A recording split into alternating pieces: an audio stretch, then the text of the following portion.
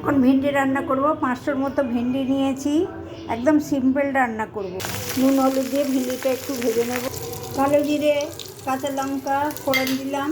দুটো মাঝারি সাইজের পেঁয়াজ কেটে দিয়েছি। একটু চিনি দিলাম, কারণ নিরামিষ পেঁয়াজটা একটু ব্রাউন হয়ে গেছে। দুটো টমেটো কেটে দিয়ে দিলাম। একটু নুন হলুদ দিয়েছি 7 চামচ করে, কেন ভেন্ডিতে নুন হলুদ দেওয়া আছে। এখানে রুটি বেলা হচ্ছে, রুটি সেঁকা হচ্ছে। রুটি করা হয়ে গেছে। টমেটো পেঁয়াজ ভাজা ভাজা হয়ে গেছে। একটু ধনেপাতা দিয়ে দিই। এবার ভিন্ডিটা দিয়ে দিলাম। ভিন্ডি হয়ে গেছে।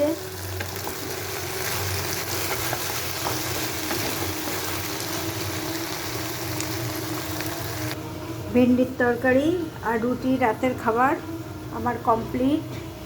দেখুন বন্ধুরা, ভালো লাগলে একটা সাবস্ক্রাইব করে দেবেন, আর বন্ধু ভেবে লাইক শেয়ার কমেন্ট করে দেবেন।